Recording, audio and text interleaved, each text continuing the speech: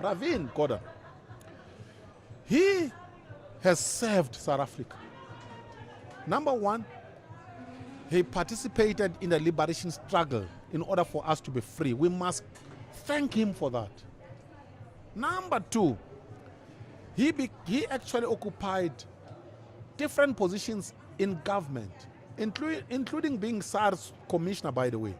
And he did a lot of good work in building SARS. We must thank him for that. Number three, there have never been serious accusations that Pravin was corrupt, that he stole man. So if you look around in the ANC, you can find individual ministers and former ministers, people like Zizi Kodwa, who are now standing before a court of law, who have been accused of stealing money at a personal level. There has never been something like that with regard to Pravin. We must thank him like that. There are mistakes he made with regard to the governance of SOEs, for example. We must not hide those mistakes under the carpet. So when he was Minister of Public Enterprises, if you look around, he failed to improve the governance of state-owned enterprises. You will not show me one that he actually improved. All of them were actually in shambles. And this is because of his personal leadership style. He was the kind of a person who meddled a lot when he was in charge of an institution. So he didn't allow boards and executives to run the show. He wanted to get involved. He was a man of detail. So we need to be fair when we assess his legacy. I have personally interacted with him. I've debated with him and so on. He actually didn't like me, by the way, because I'm a very engaging fellow. I tell the truth as it is. He didn't like that. But there's one thing I know about him. He actually loved South Africa. He was a patriot. Remember, even if we differ, you and I, Sbu, there is something fundamental we must never forget. Even if you don't like what I say, I love South Africa the way you love this country.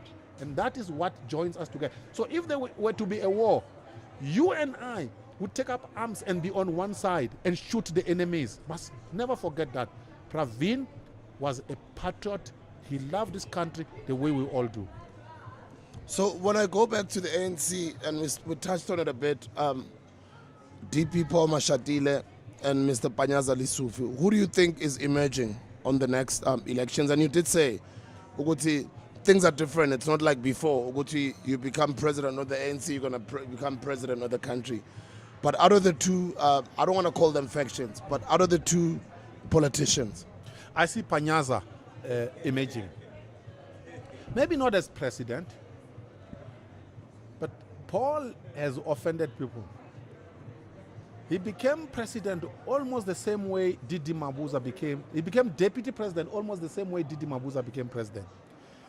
Didi Mabuza struck deals and dribbled people on the floor of conference and emerged as deputy president. After the conference, everyone was angry with Didi Mabuza. He was the most hated. That's why he understood. He was the most quiet of deputy presidents in the ANC because he understood people were angry.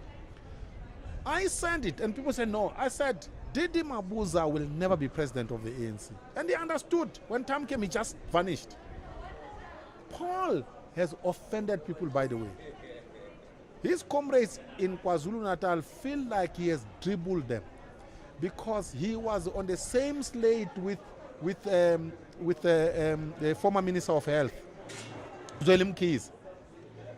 But look at what happened. All the people that KZN was supporting didn't make it at that conference, but Paul did. KZN was left injured. So in the next conference, they will be watching Paul. They will never support him. So he's actually not trusted. That's why he's not going to make it. The person who's still innocent is Panyaza. And he's a likable chap, Panyaza, by the way, and he makes very good noises. I would argue, by the way, that is generally a good leader. And I'm putting my head on the block here. If I look at Panyaza's generation across the political parties, Panyaza is not the worst of leaders. You may not like his politics, you may differ with him, but generally I think his heart is in the right place. When he was MEC for education in Gauteng, for example, he was a very responsible MEC. And you can see after he left that portfolio that his successor is not like him. So I think that Panyaza stands a better chance to ascend to a higher level in terms of positions in the ANC than Paul. SG, Comrade Fikile Mbalula. Look, he's the worst SG. Don't say that. I can tell you. I can tell you. I don't mince my. This, by the way, you know, let's just go back to the history of the ANC, right? The ANC SG has always been a level-headed someone,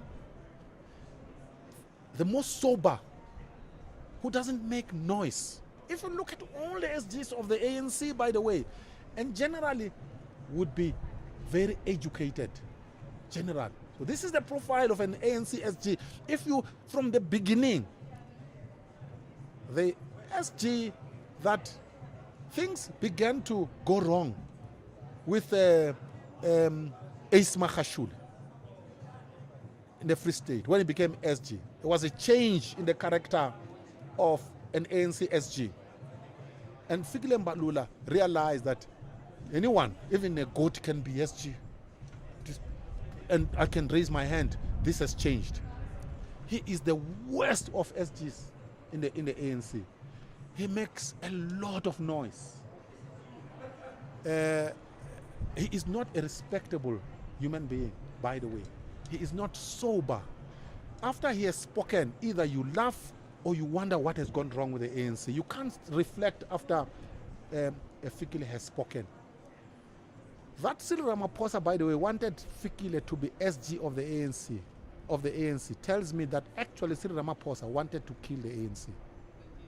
Because Cyril Ramaphosa has been long enough in the ANC, he knows what I'm talking about. That he allowed Fikile to be on the same slate with him as potential SG tells you that he actually, Cyril himself doesn't care about the future of the ANC. Lastly, Fikile is the first SG to preside over an ANC that failed to clinch a majority. That is big. So would you say a character like that will have a future in the party? Certainly not. By all standards, this chap doesn't qualify to have a future in the party. In fact, he was not supposed to be there after the elections. A proper democratic party anywhere in a civilized country would have removed a guy like that because he has underperformed. You've just said it now, and it's been rumored, and the rumors have just been getting louder and louder over the years. Was President Cyril Ramaphosa a plant from day one?